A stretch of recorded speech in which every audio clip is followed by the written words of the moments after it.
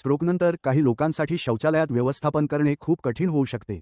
स्थानांतरण इतर कोणत्याही स्थानांतरणासारखेच आहे, परंतु मध्ये आम्हाला कपड्यांचे व्यवस्थापन करावे लागते. आज बिल आम्हाला दाखवणार आहे की आम्ही तो कसा व्यवस्थापित करतो आणि आम्ही त्याचा एक कोरडा करणार आहोत. ठीक आहे, तर प्रथम आम्ही आत येतो आणि आम्ही व्हीलचेअरचे ब्रेक लावतो.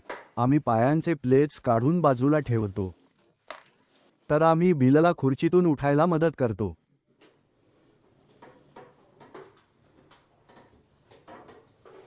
ते ठीक आहे. बिल, जर तुम्ही दुसऱ्या रेलसाठी हात पोहोचवू शकता. तुमचा तोल सांभाळला आहे का? तुम्ही ठीक आहात का? नितंबात होय. आणि जसे बिल फिरतो आम्ही त्याला त्याच्या पॅन्टसह मदत करू शकतो.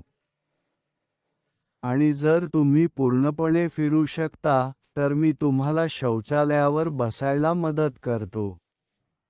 ठीक आहे, बरोबर. तर मग एकदा बिल शौचालयावर बसला की तो शौचालय वापरू शकतो आणि मग आम्ही उलट करू शकतो, उभे राहू शकतो, त्याला त्याच्या पॅन्टसह मदत करू शकतो आणि त्याला परत व्हीलचेअरमध्ये ठेवू शकतो.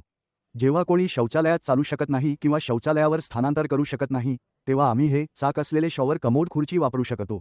एकदा व्यक्ती शॉवर कमोड खुर्चीवर बसली की तुम्ही त्यांना परत वरच्या बाजूला नेऊ शकता शौचालयावर, जेणेकरून ते शौचालय वापरू शकतील आणि मग तुम्ही त्यांना एकाच वेळी बाथरूमच्या बाहेर घेऊ शकता.